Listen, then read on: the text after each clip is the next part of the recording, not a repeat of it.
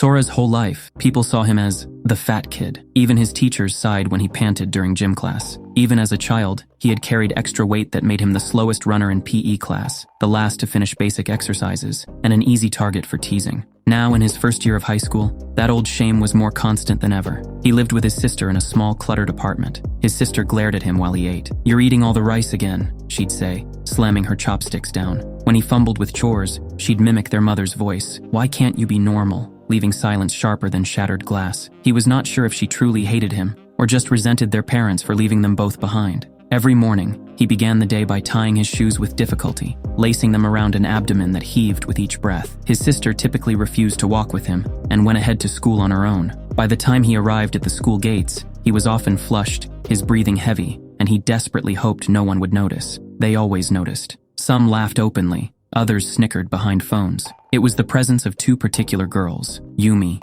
and Mina. They were in his class, smart, confident, and sly. Yumi had a habit of brushing back her hair while giving Sora a sidelong look, a small smile that conveyed disdain without word. Mina followed with her own brand of teasing, often tossing out quick remarks about his breathing or sweaty forehead. A note waited on his desk each morning. "Whales belong in oceans, not classrooms." Yumi smirked as he read it, her eyes cold. They would accidentally slide his chair a little too far when he tried to sit, or whisper behind him in gym class about how many laps he would fail to run. Sora did not fight back. He had no ally to defend him. He trudged through each day, ignoring their giggles and rolling eyes, unsure how much worse things might get. In early April, his sister took on extra shifts at her part-time job, whenever she is free from schoolwork, returning late and giving him even more silent treatment than usual. One evening, after he struggled to do a single squat in the living room, she turned on the TV at high volume to drown him out. Feeling dejected, Sora retreated to the storage room. It was a cramped space of old boxes and crates. He half-heartedly searched for any item that might help him exercise, a forgotten jump rope or a resistance band. He found only dusty cardboard, battered books, and a heavy wooden crate labeled Project Gravitron. The label drew his curiosity. With some effort, he pried it open using a flathead screwdriver. Inside lay a strange belt with a small digital display. He lifted it gingerly. A wave of questions rippled through his mind. Did it belong to his parents? Why had they left it behind? He ran a hesitant finger along the belt's edges. For all he knew, it was junk. Yet with a surge of impulsiveness, he wrapped the belt around his waist, trying to see if it still fit. He expected it to be too small, but it clicked shut. He tugged, but it locked tightly, as though fused. Before he could figure out what was happening, the belt's display lit up in green text, 1.5x. He felt an immediate heaviness. His arms dropped, his knees bent, and he barely stayed upright before crashing into a stack of old boxes. A frantic wave of panic overtook him. He pulled on the latch again. Nothing. He jabbed a side button. The display did not change. The belt hummed softly, refusing to let go. His sister, hearing the commotion, stepped to the closet door. She saw him hunched over, panting, but assumed he was messing around. She made an irritated sound and walked away. He had no choice but to drag himself to his bedroom. Even that short distance felt like hiking with a fully loaded backpack. Each breath came in ragged spurts. By the time he fell onto his bed, he was drenched in sweat. The belt screen glowed 1.5 times gravity in the darkness. He realized, with a jolt of terror, that he might be stuck wearing it indefinitely. If it truly increased gravity, how would he function at school the next day? Morning came too soon. The device still gripped his waist. Standing up cost him tremendous effort, and he paused every few seconds while dressing for school. When his sister notices him, she mutters that he should not miss the bus, and she walks ahead of him to school. He could only nod. No one would believe a story about a gravity belt locked to his body. He wears an extra t-shirt to hide the belt from his classmates. Stepping outside, he discovered that walking at 1.5x was an ordeal. The short walk to the bus stop drained him. By the time he reached the school gates, he was gasping louder than ever before. Yumi and Mina glanced his way, wearing vaguely amused expressions, as if curious why he appeared so much more unsteady. He nearly tripped on the curb, but managed to keep his balance. In the homeroom, he eased into his chair, arms trembling. His seat squeaked from the heavier load, or so it felt to him. Yumi was perched 2 desks away, idly tapping her pencil, occasionally shooting him side glances. His first real crisis came during break. The hallway was crowded. Sora tried to shuffle to his locker, but his legs buckled. He dropped to one knee, panting. A few classmates paused to stare, eyebrows raised. Yumi, passing by, arched an eyebrow and exchanged a smirk with Mina. Over the following days, Yumi and Mina's harassment took subtle forms. Yumi might call out Sora's name sweetly from down the hall, forcing him to turn and risk losing his balance. Mina would sometimes place small obstacles, an eraser or a pencil case, near his feet to see if he would trip. They recorded him to upload funny videos, thriving on his new, increased clumsiness. They used mocking titles like Whale Crash Number 5 or Whale Crash Number 6, focusing on each new fall. Sora's face always looked red and sweaty, and from an outsider's view, he appeared clumsy or lazy. He hated reading the mean comments, but found it hard not to look sometimes. Sora memorized every comment, lazy, disgusting, a waste of space, and let them echo in his head during workouts. Each word a barb he'd repay tenfold. After weeks of struggling, his legs stopped shaking. He could walk to the bus stop without falling. Where at first he had collapsed from walking a single corridor, he now managed to walk that same distance with only heavy breathing, not total meltdown. Soon, he managed to hold his own weight in a push-up position for a few seconds before collapsing. It was not impressive by normal standards, but it was progress he never had before. But suddenly, one day the belt's display changed. It climbed from 1.5x to 1.6x, then 1.7x over a few days. Each slight increase hit Sora like a new burden. His muscles were forced to work harder. Walking upstairs became punishing all over again. Every time the belt's number rose, he worried that this constant escalation would never stop.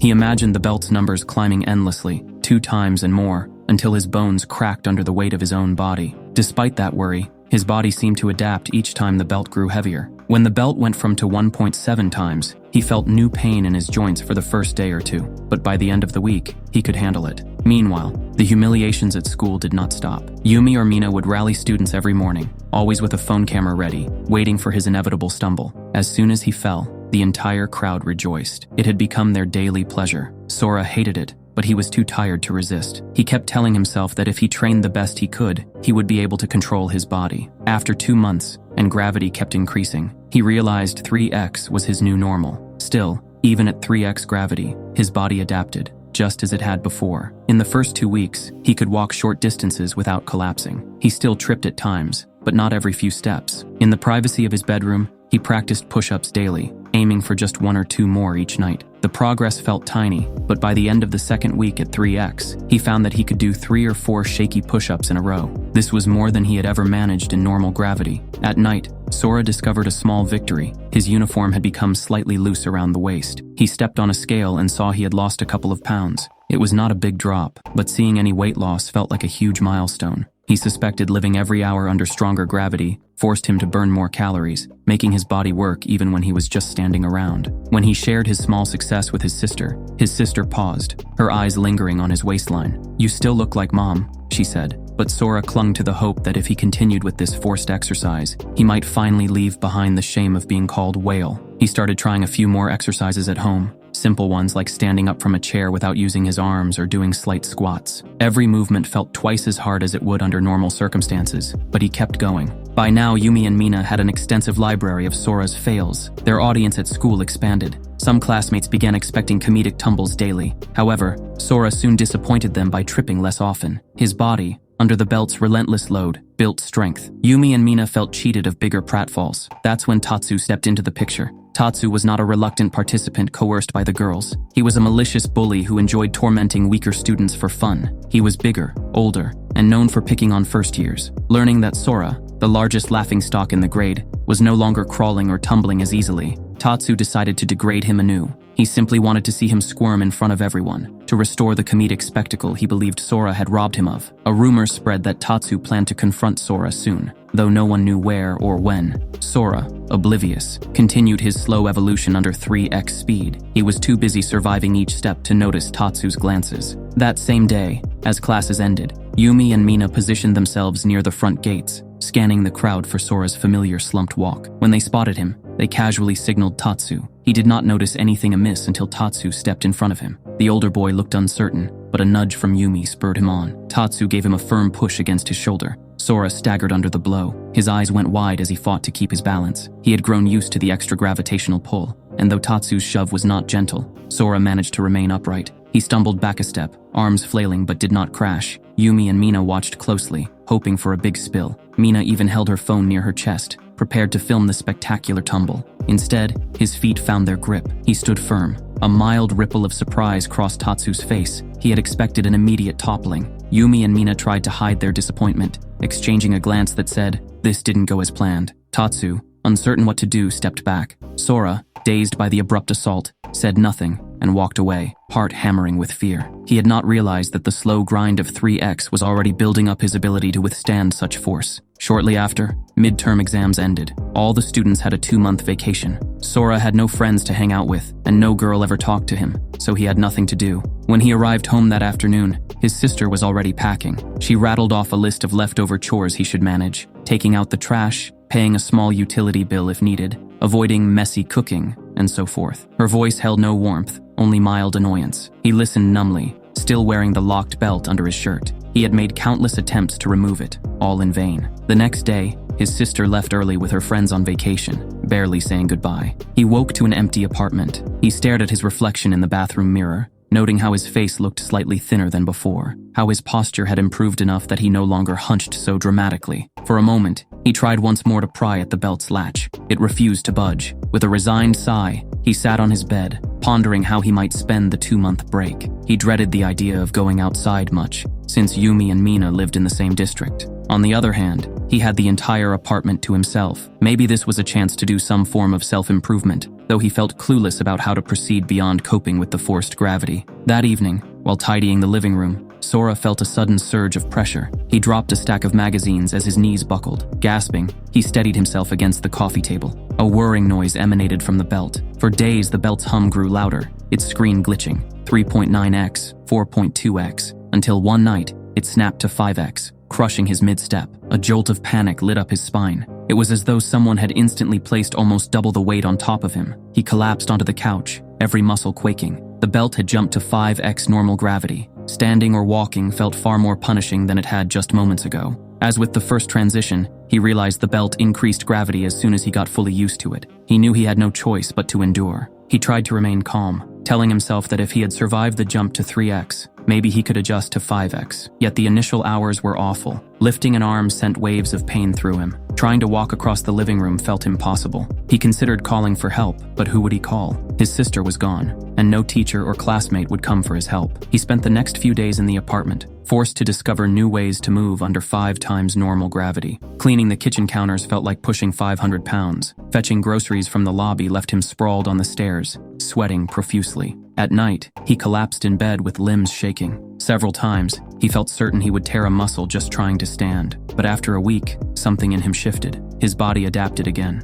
He could now walk slowly across the apartment without toppling. If he ventured outside, the short hallway to the elevator tested his endurance, but he found it barely doable. During the second week of vacation, Sora realized he had not heard from his sister at all. She had left a note on the kitchen counter saying she might extend her trip if she got the chance. He was surprised he felt no dread at being alone. In some ways, her absence made life less stressful. He established a routine. Each morning, he forced himself to do basic chores: sweeping, wiping surfaces, tidying his cluttered bedroom. Every motion felt like an intense workout under 5x gravity. In the late afternoon, he practiced basic exercises: push-ups, half squats, slow walks up and down the corridor. Although it remained brutal, he noticed each day that he could handle a little more than before. He stopped checking the belt's display as often, assuming it was stuck at 5x. It never seemed to drop or rise. The readout had become part of his daily existence, no longer interesting enough to watch constantly. Days blurred together. His body continued to adapt. The frustration of being trapped in this device warred with a strange gratitude that his muscles were growing stronger. He lost track of how many nights he fell asleep drenched in sweat, only to wake up marginally tougher. Start of the second month, Sora realized his t-shirts draped more loosely around his belly. A glance in the bathroom mirror showed changes he could not deny. His arms, once thick with flab, bore new outlines of muscle around the biceps and forearms. His face had lost some puffiness, revealing a sharper jaw. Even his posture had improved, partly because slouching under multiplied gravity was more exhausting than standing straight. He occasionally weighed himself on the bathroom scale. The number had dropped significantly compared to his weight at the start of the year. During the final week of vacation, he woke one morning feeling heavier than ever before. His hips, knees, and shoulders ached fiercely. He assumed it was simple fatigue from the prior day's chores, but it only worsened as he tried to move around. By lunchtime, he could barely stand without wobbling. Anxiety spiked in his chest. With trembling hands, he lifted his shirt to read the display. Indeed, the number was no longer 5x. It glowed a shocking 10x. Sora's breath caught. Somehow, at some unknown point, the device had soared to an even more terrifying multiplier he had not noticed earlier. Perhaps because he had grown used to ongoing heaviness, or because the change had happened overnight. Regardless, the belt was now imposing 10 times normal gravity on his body. He was surprised he didn't feel drastically different at first. He started doing more exercises using household items, even running early in the morning. By a month in a vacation, his sister texted that she would be returning soon. He didn't care much and resumed his training. By the end of the break, Sora had changed drastically. Though still under 10x gravity, his body looked leaner and stronger than he ever imagined possible. He tried on his old uniform and found it was now baggy around the waist. The arms of the shirt also hung loosely, revealing firmer muscles beneath. His face, once round, had slimmer cheeks and a sharper jawline. Even his posture improved, because he had learned to hold himself upright to handle the constant extra weight. 3 days before school resumed, he felt the belt tighten more than usual, and it gave a sudden click. He collapsed to his knees, worried it had jumped to an even higher level. Instead, the belt unlocked. It slid off his body and dropped to the floor. He stared at it in disbelief. For months, it had been stuck to him,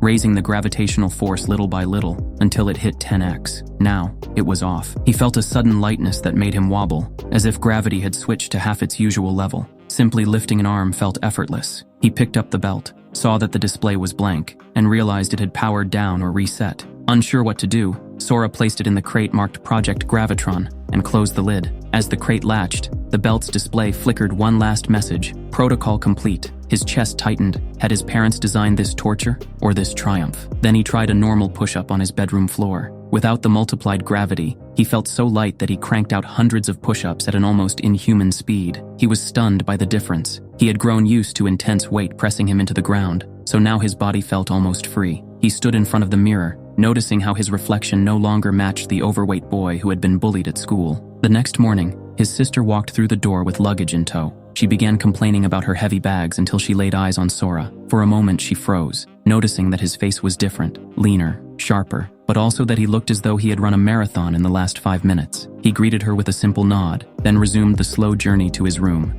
avoiding any questions she might ask. Vacation ended. Classes resumed. Soon he dressed in his uniform for the new term and left for school. Meanwhile, his sister, who had wanted to walk with him, discovered that he was already gone and felt disappointed. Sora, freed from 10x gravity, walked with a feather-like ease. Approaching the school gates felt surreal. He barely broke a sweat. Students in the courtyard gave him a second glance, assuming he was a newcomer or a visitor. No one realized this boy was Sora, the overweight classmate from before. Yumi and Mina were among the many students waiting near the main doors, scanning for Sora. Their eyes locked onto him, not with disdain, but with interest. They saw a figure with a sleek uniform, hair framing a lean face, and no sign of the old Sora's clumsy gait. Yumi elbowed Mina, whispering that there must be a handsome new transfer in their year. Mina nodded excitedly, her cheeks coloring slightly. The two girls for once shared a moment of genuine eagerness. Yumi even murmured, "He looks so cool." Mina, riding that enthusiasm, urged Yumi to talk to him first. Yumi, gathering her courage, approached him with a friendly smile.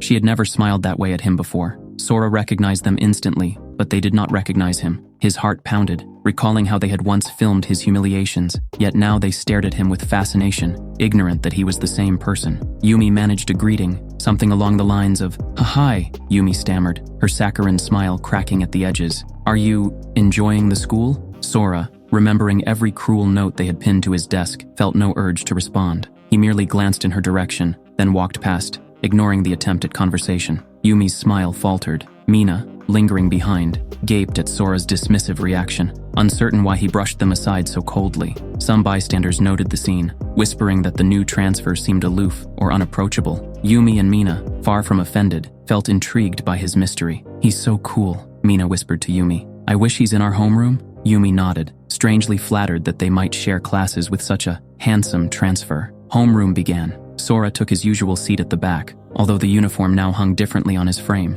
Classmates entered in clusters, scanning for the rumored new student. Yumi and Mina sat together near the middle, stealing glances at him. They mused that maybe he was just borrowing Sora's old seat until they could finalize his arrangement. Sora lowered his gaze, hiding a small inner smirk at their obliviousness. Once the teacher arrived, she performed a standard roll call. Reaching Sora's name, she paused, noticing how every student looked around for the overweight boy they remembered. Yumi and Mina scanned the room with confusion. The teacher cleared her throat and announced, "Sora is actually right here in his usual seat. He looks different after the break, but please welcome him back." A stunned silence fell. Yumi and Mina's jaws dropped. Other students who had teased Jom before blinked in disbelief. The handsome transfer was, in fact, Sora, the same boy who once struggled to climb a single flight of stairs without wheezing. Yumi felt heat rush to her face as she realized that her warm greeting in the hallway had gone to the very classmate she used to bully. Mina clapped a hand over her mouth, eyes darting between Sora and the teacher. Sora sat quietly, meeting no one's gaze. He heard murmurs, "No way, that's impossible,"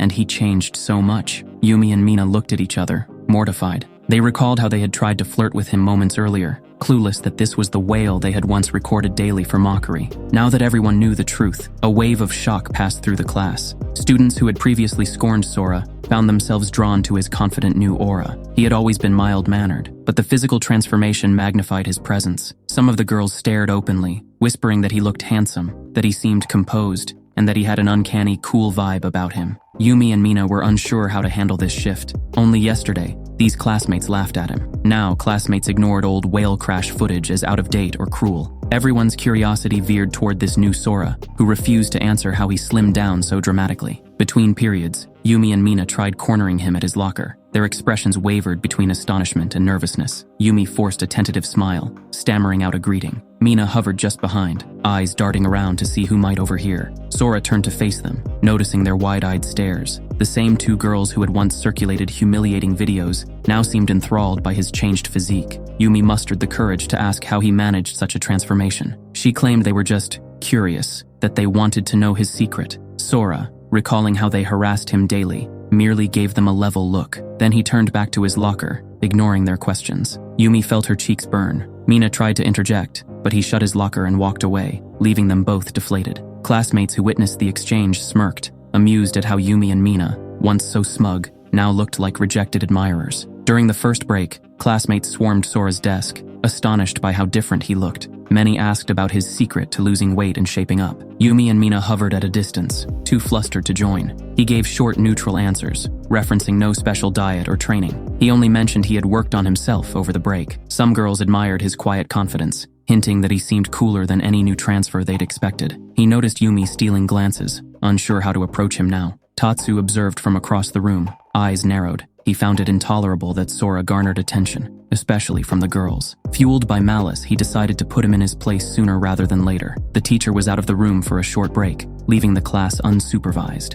Tatsu rose from his seat. In front of everyone, Tatsu strolled over to Sora's desk. A hush spread as students sensed confrontation. Yumi and Mina lifted their phones, expecting some drama. Tatsu leaned over him, sneering. He called him out for acting high and mighty, just because he looked a little different. He spat that Sora used to crawl around, panting like a dog, and he wanted to see if he would crumble under real pressure. Sora said nothing, meeting Tatsu's glare with calm eyes. Tatsu's lip curled in contempt. He had expected at least some sign of fear or apology. In front of the entire class, he raised a fist. Sora, recalling months at 10x, read Tatsu's telegraphed movement like a slow-motion reel. Tatsu launched a punch at his face, determined to knock him down. Tatsu swung his fist. Sora ducked, so slow he thought, and grabbed Tatsu's wrist. With a tug, the bully crashed to the floor. A collective gasp rose from the onlookers. Yumi's phone nearly slipped from her fingers as she stared. Mina recorded every second, mouth agape. For a tense heartbeat, Tatsu lay stunned, blinking in disbelief. Sora stood over him,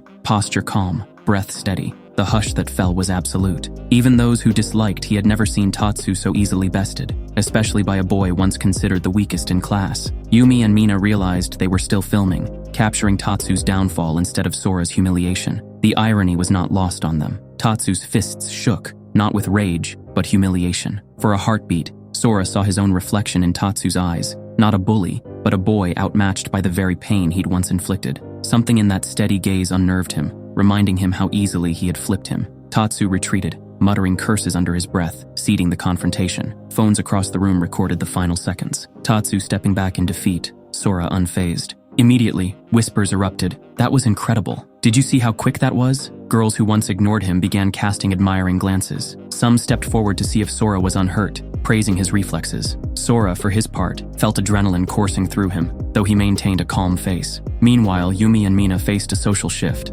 Others remembered their role in tormenting the old Sora. Now that he was admired, some classmates accused the girls of hypocrisy. Why be interested in him, only after his transformation? The final blow came when rumors leaked that they had paid Tatsu to harass him. Students frowned on such cruel games. Their popularity sank, and they found themselves on the defensive. Between classes, Yumi and Mina found him near the cafeteria, determined to speak. Some classmates noticed the tension, gathered around to watch and film. Yumi approached and stammered an apology, insisting they had only been playing around before, that they never intended to scar him. Mina glanced at Sora, her eyes wavering between fascination and fear. Sora stood perfectly still, letting them speak. Then Yumi reached out, maybe hoping to rest her hand on his arm in a conciliatory gesture. Sora's reflexes, honed under intense gravity, acted on instinct. He caught Yumi's wrist with a firm but measured grip. A hush fell over the corridor. Phones zoomed in. Yumi froze, eyes wide with a flicker of panic. In the silence, he fixed them both with a stare. He recalled every instance they'd laughed at him, posted humiliating clips, and mocked his attempts just to move. The memory of that betrayal pressed at his chest. He didn't twist Yumi's arm. He simply held her gaze, letting her see the irreparable crack in whatever they'd once pretended was normal. After a beat, he released her wrist. Yumi's hand dropped back to her side. Students around them exchanged startled looks. Neither of the two girls followed. They stood there, faces drained, blinking back tears under the scrutinizing stares of the crowd.